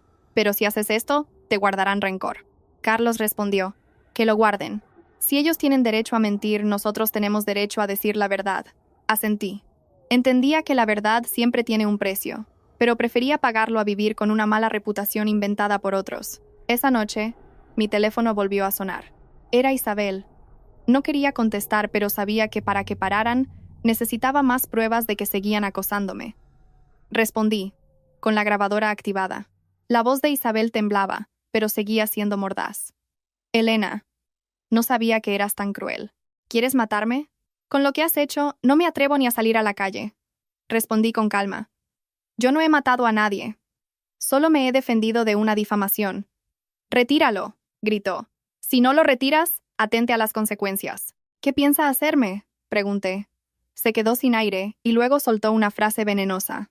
¿Te crees que estás limpia? Has cruzado la puerta de mi casa. Con solo una palabra que yo diga, te arruino la vida. Sentí un escalofrío. No de miedo, sino de asco. Dije lentamente. Con eso es suficiente. He grabado la conversación. A partir de ahora, no me llame más. Colgué. El corazón me latía con fuerza, pero mi mente estaba clara. Habían llegado al punto de amenazar mi honor, y cuando alguien amenaza es porque está perdiendo. Me giré hacia mis padres. Siguen. Creo que tengo que presentar una denuncia.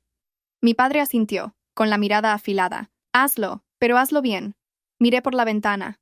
La noche estaba en calma, pero dentro de mí, la batalla había pasado de los rumores a la ley, y sabía que el siguiente paso haría que ya no se atrevieran a tomarme a la ligera, porque en esta vida, a veces hay que aprender por las malas, y yo ya había aprendido suficiente. A la mañana siguiente pedí media jornada libre en el trabajo. Le dije a mi jefe de forma concisa: tengo un asunto familiar que necesito resolver por la vía legal. Él asintió sin hacer más preguntas. Hay cosas que se entienden sin necesidad de detalles. Carlos me acompañó. Durante el trayecto, apenas habló. Solo me dio un consejo. Allí, di la verdad. Nada más. Lo que tengas pruebas, lo presentas. Lo que no, te callas. Sonaba como el consejo de un abogado, pero era el de un hermano que quería proteger a su hermana de la manera correcta. Llevaba una pequeña carpeta con los documentos ordenados cronológicamente, como hacía con los contratos. El vídeo devolviendo las joyas, las capturas de pantalla de los chats y comentarios que me acusaban de llevarme el oro, las grabaciones de las llamadas amenazantes, una cronología detallada que había preparado yo misma, y una lista con los nombres y números de teléfono implicados. No sentía que estuviera exagerando, sentía que estaba haciendo lo necesario, porque si no te proteges a ti misma, nadie lo hará por ti. Llegamos a la comisaría. Respiré hondo. No era ajena a los conceptos legales, pero entrar allí como víctima de una difamación era diferente. Sentía una mezcla de humillación, rabia y tristeza. Tristeza por un matrimonio que se había enfriado antes de empezar. Carlos me puso una mano en el hombro. Tú actúa como si estuvieras presentando un expediente. No te pongas nerviosa. Asentí. El agente que me atendió me preguntó mi nombre, dirección y el motivo de la denuncia. Se lo expliqué de forma clara y coherente, sin llorar ni lamentarme. Solo describí los hechos. La familia de mi marido ha difundido información falsa sobre mí, acusándome de robo, insultando mi honor y profiriendo amenazas que afectan gravemente a mi vida personal y profesional. El agente preguntó, ¿tiene pruebas? Sí, las tengo, y se las entregué una por una en orden. El agente vio el vídeo y asintió. Miró las capturas y preguntó quién había publicado los mensajes. Respondí a lo que sabía, sin especular. Cuando escuchó la grabación de la llamada de Isabel, se detuvo y me hizo una pregunta que me dolió, pero que era necesaria. ¿Se siente gravemente ofendida? Lo miré a los ojos y respondí. Sí, porque el honor de una mujer no es algo con lo que se pueda amenazar. El agente tomó nota. Me indicó cómo redactar la denuncia formal y la firmé. Mi mano ya no temblaba. Curiosamente, cuanto más avanzaba por el camino correcto, más tranquila me sentía. Porque allí no necesitaban mis lamentos. Necesitaban hechos y pruebas. Al salir, Carlos me dio una palmada en la espalda. Ya está. A partir de ahora, aunque no quieran parar, tendrán que hacerlo. No sentía una victoria arrogante.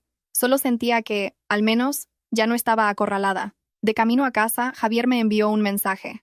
Esta vez el tono era diferente. Era más largo y suave.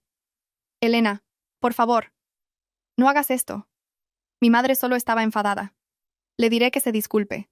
¿Puedes retirar la denuncia? Leí el mensaje y no respondí. Hice una captura y la guardé. Me recordé a mí misma que, a partir de ahora, todo era una prueba. Llegué a casa. Mi madre preguntó, ¿qué tal, hija?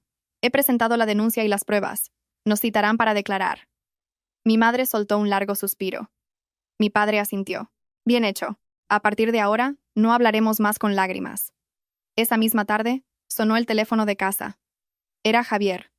Mi padre contestó. Yo estaba a su lado y lo oí todo. Papá, por favor, dígale a Elena que retire la denuncia. La policía ha llamado a mi madre. Mi padre respondió, con una calma que cortaba el aire. Pregúntale a tu madre si cuando estaba difamando, insultando y amenazando, pensó en las consecuencias. Ahora que tiene miedo, pide perdón. Javier balbuceó. Fue un error. Mi padre lo interrumpió. ¿Error o no? Dile a tus padres que si quieren solucionar esto, que lo hagan como es debido. Una disculpa formal y el cese de las difamaciones.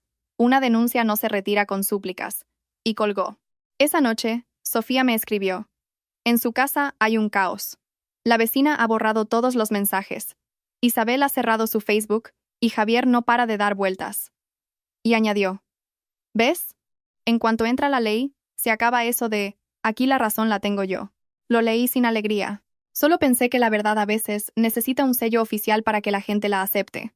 Por la noche, Isabel volvió a llamarme. No contesté. Le envié un mensaje. Cualquier comunicación, a través de la citación oficial, y bloqueé su número. Sabía que ahora intentarían suplicar, llorar e incluso amenazar de nuevo para que me asustara y retirara la denuncia. Pero ya no tenía miedo. Había cruzado ese umbral cuando usaron mi honor como un arma.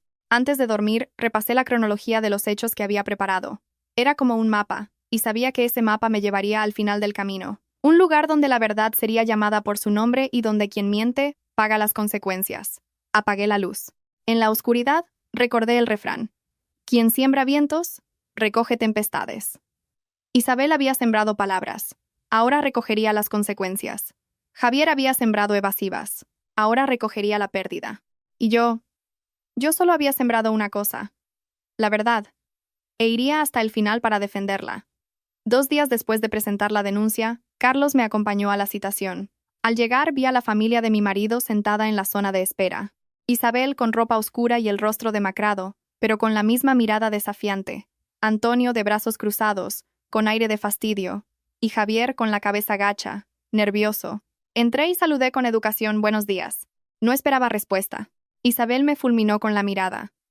Javier levantó la vista. Sus ojos parecían suplicar, no sigas. pero no acepté su petición.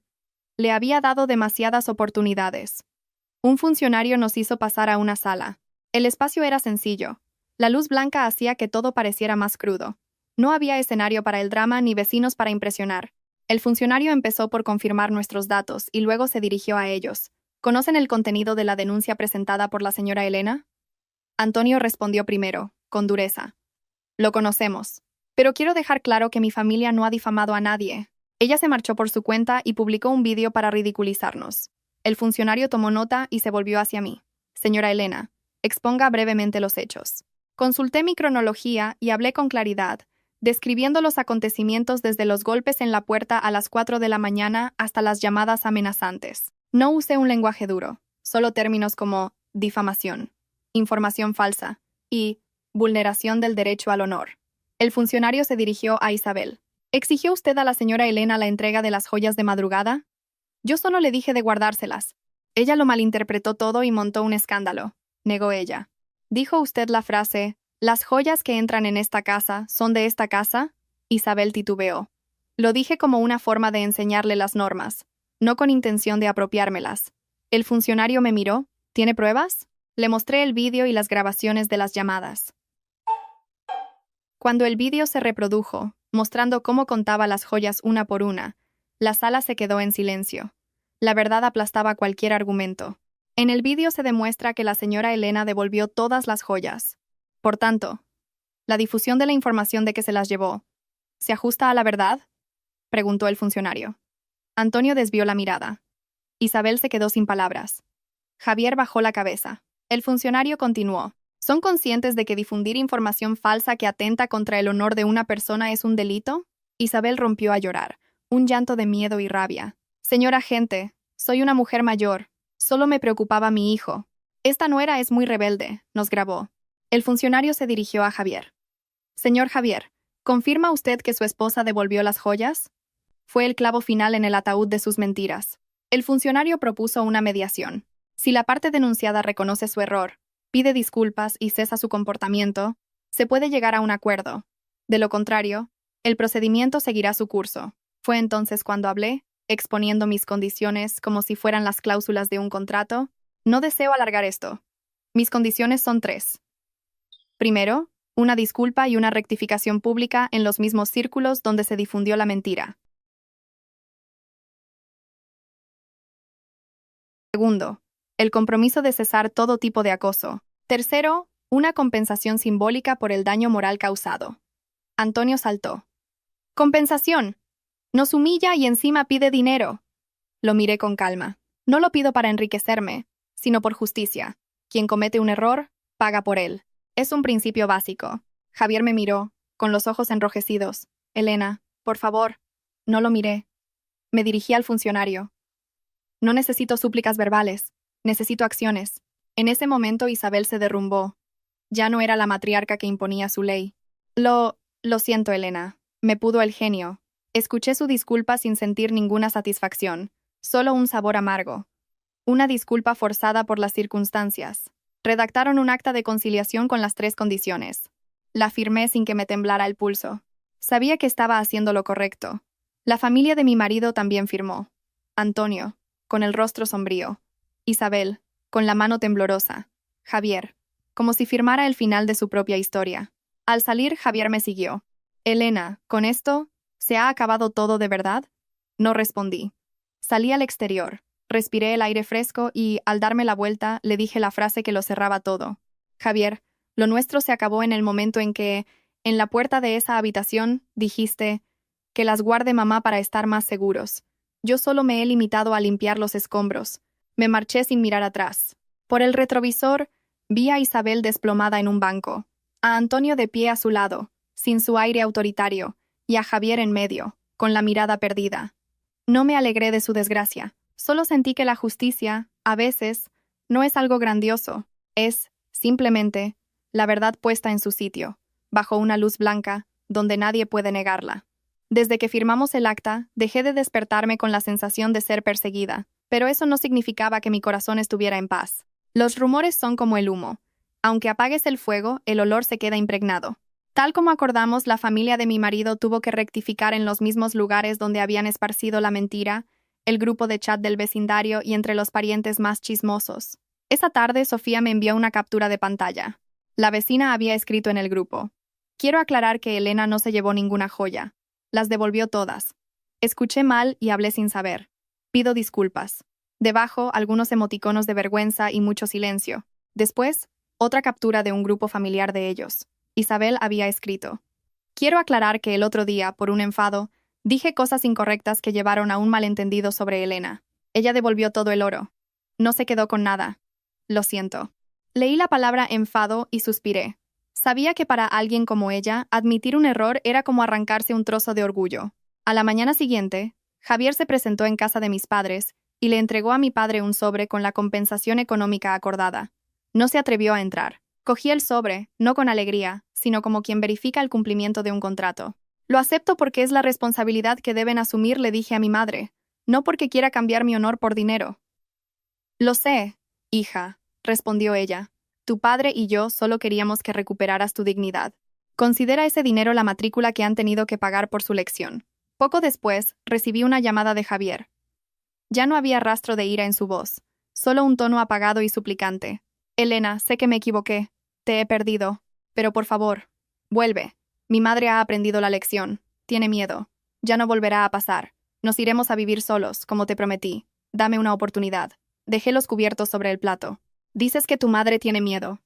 Respondí con una calma glacial. Eso significa que si no tuviera miedo lo volvería a hacer, ¿verdad? Javier se quedó sin palabras. Luego, como si se le escapara su verdadera naturaleza, añadió: pero tú también te pasaste. Llevarlo a la policía, montar este escándalo. Una mujer también tiene que saber ceder.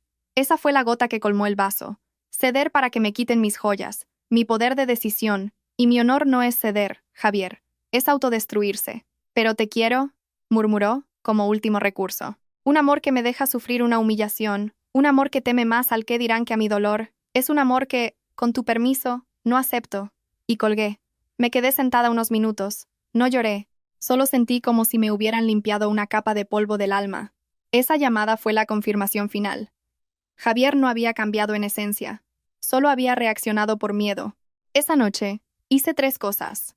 Bloqueé el número de Javier, el de Isabel, y reforcé la privacidad de mis redes sociales. Unos días después, mi padre coordinó la devolución del resto de regalos de la boda. Cada familia se quedó con lo suyo. Sin dramas, sin reproches, solo un cierre administrativo. El precio que pagaron no fue el dinero. Fue la reputación. La vecina chismosa se volvió invisible. Antonio ya no pontificaba en el bar del barrio. Y Javier fue quien más perdió. Perdió la imagen de hombre bueno y responsable.